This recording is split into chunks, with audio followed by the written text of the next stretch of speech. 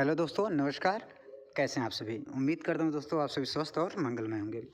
दोस्तों, इस वीडियो में हम बात करने वाले हैं विज्ञान के टॉप 30 प्रश्न के बारे में, जो कि दोस्तों पूरा का पूरा एनसीईआरटी पर आधारित होने वाला है।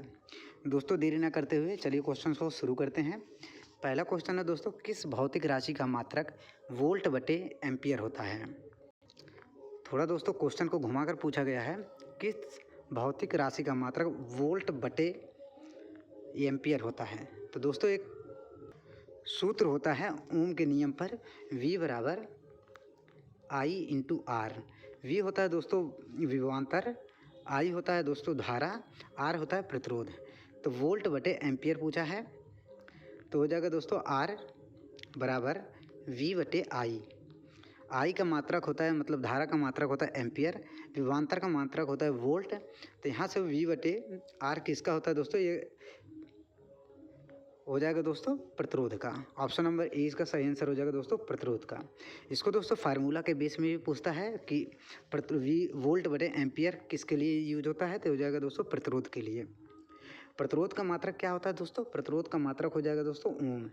याद रखिएगा दोस्तों ओम, प्रतिरोध का मात्रक हो जाएगा ओम। इसमें अलग अलग पूछा जाएगा दोस्तों, वोल्ट किसका है? विभवांतर का। एम्पियर किसका है दोस्तों? धारा का। याद रखिएगा। अगला क्वेश्चन है,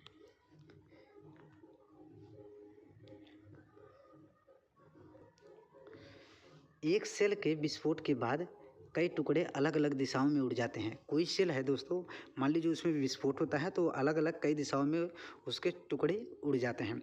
इस स्थिति में क्या संरक्षित रहता है? संरक्षित क्या रहता है दोस्तों? तो हो जाएगा संवेग। उसका संवेग दोस्तों संरक्षित रहता है। संवेग संरक्षित रहता है, याद रखिएगा। संवेग संरक्षित रहता है। दोस्तों स्थितिज ऊर्जा की बात करें, पोटेंशियल एनर्जी की बात करें, तो दोस्तों क्या होता है? भरी हुई चाबी में दोस्तों, दीवार की घड़ी में भरी हुई चाबी में कौन सी एनर्जी होती है? तो हो जाएगा पोटेंशियल एनर्जी, स्थितिज ऊर्जा। और दोस्तों बांध में पूछा जाएगा दोस्तों, बांध में स्थित जो पानी होता है उसमें कौन सी एनर्जी होती है? ये भी हो जाएगा दोस्तों स्थितिज ऊर्जा। अगला क्वेश्चन है, प्रकाश की गति अधिकतम निम्न में से किस माध्यम में होती है? प्रकाश की चाल दोस्तों अधिकतम निम्न में से किस माध्यम में होती है? हवा में, निर्वात में, पानी में या फिर कांच में? तो इसका आंसर हो जाएगा दोस्तों निर्वात में। ऑप्शन नंबर बी इसका सही आंसर हो जाएगा दोस्तों, निर्वात में। अच्छा दोस्तों, प्रकाश की गति किस पर निर्भर करती है? तो प्रकाश की गति निर्भर करती है दोस्तों, इसके दोस्तों अपवर्तनांक पर।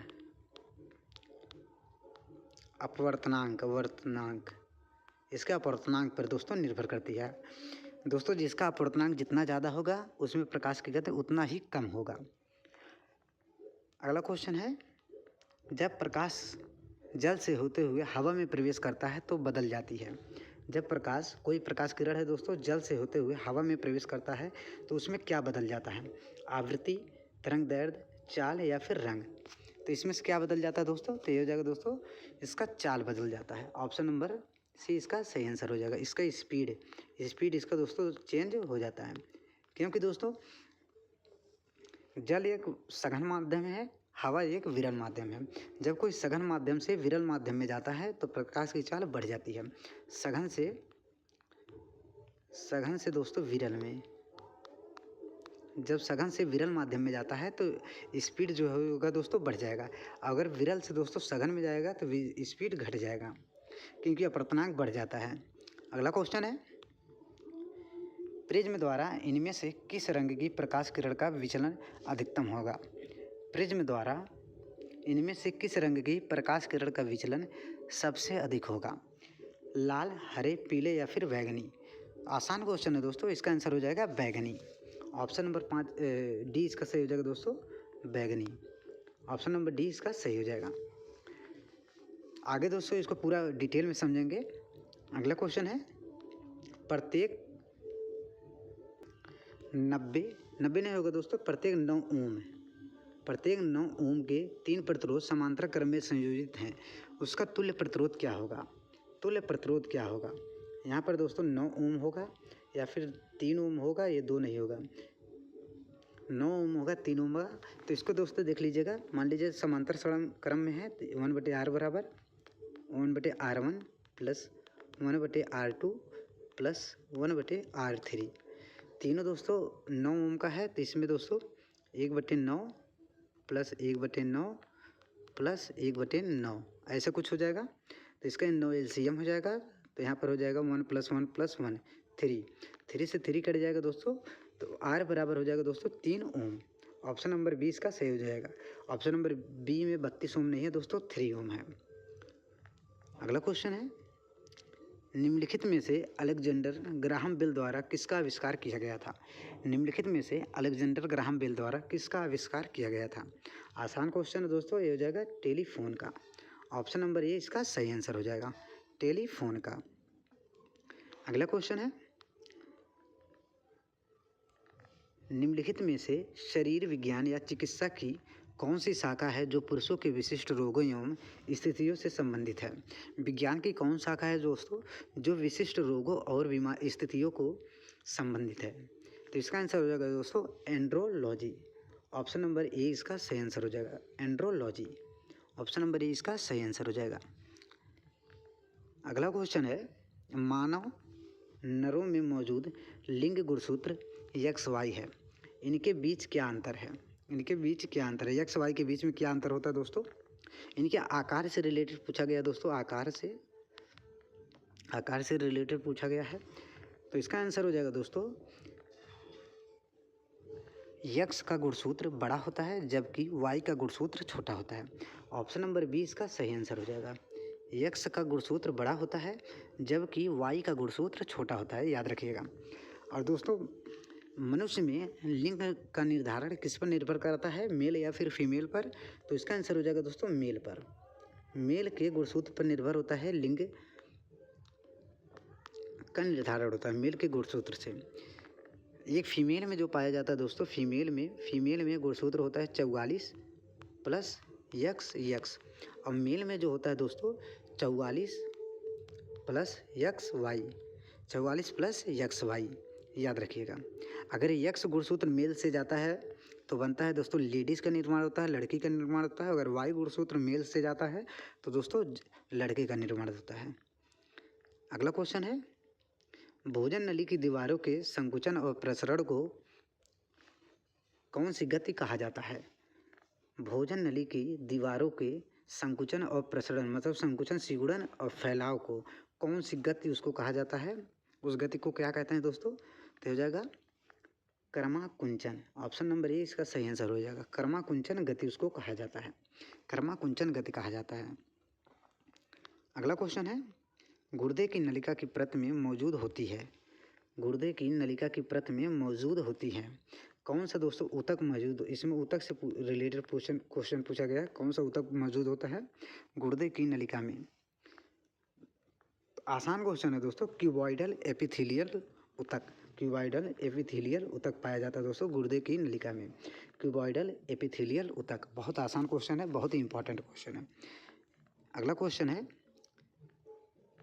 मानव शरीर का कौन सा अंग अंडे को अंडाशय से गर्भाशय तक ले जाता है? मानव शरीर का कौन सा अंग अंडे को, जो शुक्राणु होते हैं दोस्तों, शुक्राणु को अंडाशय से गर्भाशय तक ले जाता है? अंडाशय, फैलोपियन ट्यूब, योनि या फिर लिंग? तो इसका आंसर हो जाएगा दोस्तों फैलोपियन ट्यूब। ऑप्शन नंबर 20 का सही आंसर हो जाएगा, फैलोपियन ट्यूब। दोस्तों, अगर वीडियो अच्छी लग रही है तो चैनल को सब्सक्राइब करके वीडियो को लाइक ज़रूर करिएगा। अगला क्वेश्चन है, पादपों में कौन सा हार्मोन्स रंध्र के माध्यम से वाष्पोत्सर्जन को कम करने के लिए सहायक होता है? बहुत ही इंपॉर्टेंट क्वेश्चन है दोस्तों, पादपों में कौन सा हार्मोन्स रंध्र के माध्यम से वाष्पोत्सर्जन को कम करने के लिए सहायक होता है? जिब्रेलिन, ऑक्सिन, एब्सिसिक अम्ल या फिर फ्लोएम? तो इसका आंसर हो जाएगा दोस्तों एब्सिसिक अम्ल। ऑप्शन नंबर सी इसका सही आंसर हो जाएगा, एब्सिसिक अम्ल रंध्र के माध्यम से वाष्पोत्सर्जन को कम करने के लिए सहायक होता है।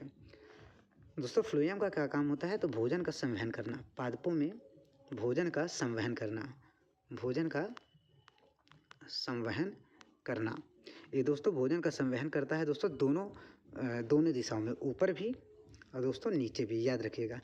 क्वेश्चन पूछा जाता है किस दिशा में करता है, ऊपर या फिर नीचे भी, या फिर ऊपर या फिर नीचे, ऐसे ही ऑप्शन करके आया था दोस्तों। तो ये जाएगा इसका आंसर ऊपर और नीचे दोनों दिशा में करता है। अगला क्वेश्चन है, जब किसी दर्पण में आपतित किरण किसी समांतर में होती है, जब किसी दर्पण में आपतित प्रकाश किरण समांतर में होती है तो परावर्तन के बाद वह कहाँ से होकर गुजरेगी। मान लीजिए दोस्तों कोई अवतल दर्पण है, ये पोल हो जाएगा दोस्तों, मुख्य अक्ष हो जाएगा, ये मुख्य अक्ष हो जाएगा, ये पोल हो जाएगा पी। समांतर से आती है तो कुछ ऐसे होकर चली जाती है, और यहाँ से मान लीजिए समांतर से आ रही है तो वो भी वैसे होकर चली जाएगी। तो कहाँ से होकर गुजरेगी दोस्तों, तो हो जाएगा दोस्तों फोकस से होकर गुजरेगी। ऑप्शन नंबर सी इसका सही आंसर हो जाएगा, फोकस से होकर गुजरेगी। ऑप्शन नंबर सी इसका सही आंसर हो जाएगा। अगला क्वेश्चन है, निम्नलिखित में से कौन से रंग का तरंग दैर्ध्य सबसे अधिक होता है। निम्नलिखित में से कौन से रंग का तरंग दैर्ध्य सबसे अधिक होता है। तो दोस्तों जिसका तरंग दैर्ध्य जितना अधिक होता है उतना ही उसका विचलन कम होता है, उसका विचलन उतना ही ज़्यादा होता है, उसका विचलन उतना ही ज़्यादा होता है। मान लीजिए दोस्तों ये कोई स्पेक्ट्रम है, प्रिज्म है, यहाँ से श्वेत प्रकाश की किरण आ रही है, ये 7 माध्यम से होकर 7 रंगों में ये विभाजित हो जाता है, 7 रंगों में विभाजित हो जाता है। V I B G Y O R, total violet, indigo, blue, green, yellow, orange और रेड, इन 7 में ये पूरा डिवाइड हो जाता है, इन 7 में डिवाइड हो जाता है। तो जिसका जितना तरंग दैर्ध्य होगा उसमें विचलन उतना ही ज़्यादा होगा। तो देख लीजिए दोस्तों विचलन किसका सबसे ज़्यादा है। सबसे ज़्यादा इसमें विचलन है दोस्तों वैगनी का, देखिएगा तो वैगनी का है दोस्तों वायलेट, सबसे कम है तो ये आंसर नहीं होगा, वैगनी नहीं होगा। उसके बाद है दोस्तों जामुनी, इंडिगो, ये भी जामुनी भी नहीं होगा। उसके बाद है दोस्तों हरा, ग्रीन, यहाँ पर जी है। उसके बाद है दोस्तों पीला, पीला है दोस्तों उसके ऊपर, मतलब इसका आंसर हो जाएगा दोस्तों ऑप्शन नंबर डी पीला। जिसमें सबसे ज़्यादा विचलन होगा उसका तरंग दैर्ध्य भी सबसे ज़्यादा होगा। अगला क्वेश्चन है, निम्नलिखित में से कौन सा एक कोशिकीय हरित शैवाल है। निम्नलिखित में से कौन सा एक कोशिकीय हरित शैवाल है। तो इसका आंसर हो जाएगा दोस्तों क्लेमाइडोमोनास, क्लेमाइडोमोनास। ऑप्शन नंबर दोस्तों डी इसका सही आंसर हो जाएगा, क्लेमाइडोमोनास। दोस्तों स्पायरोगायरा कैसा है दोस्तों, ये है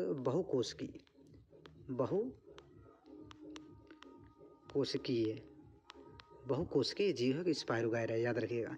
हरित शैवाल ये भी है दोस्तों, इसको ये लेकिन कौन सा है, बहुकोशिकीय है। एक कोशिकीय की बात करें इसमें दोस्तों हो जाएगा क्लेमाइडोमोनास, याद रखिएगा। अगला क्वेश्चन है, फूल में पुष्प योनि है, फूल में पुष्प योनि है, पुरुष जनन तंत्र, ये तो दोस्तों मेल है, भ्रूण ये दोस्तों नहीं होगा, भ्रूण में ये नहीं होगा, मादा जनन अंग। ऑप्शन नंबर सी इसका सही आंसर हो जाएगा, मादा जनन तंत्र, मादा जनन तंत्र, याद रखिएगा।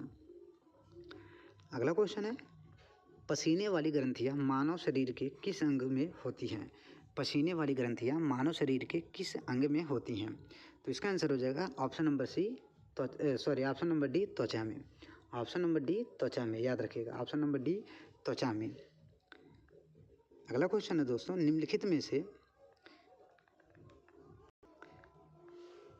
किसके अणुओं के बीच आकर्षक बल अधिकतम होगा।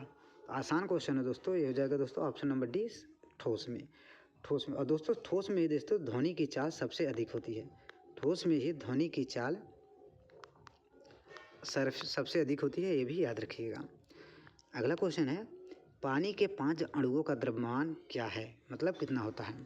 पानी के 5 अणुओं का द्रव्यमान, आणविक द्रव्यमान कितना होता है। पानी का फार्मूला होता है, नॉर्मल है दोस्तों H2O, H का होता है 1 गुणे 2 क्योंकि 2 मॉलिक्यूल है। ऑक्सीजन का है 16, तो ये हो जाएगा दोस्तों 16 2 18 हो जाएगा दोस्तों। एक पानी के 1 अणु का हो जाएगा, पानी के 1 अणु का हो जाएगा, यह है दोस्तों 1 अणु का। अगर 5 अणु का पूछा है दोस्तों यहाँ पर 5, तो इसको मल्टीप्लाई कर देंगे 5 से, तो हो जाएगा दोस्तों 90 यूनिट।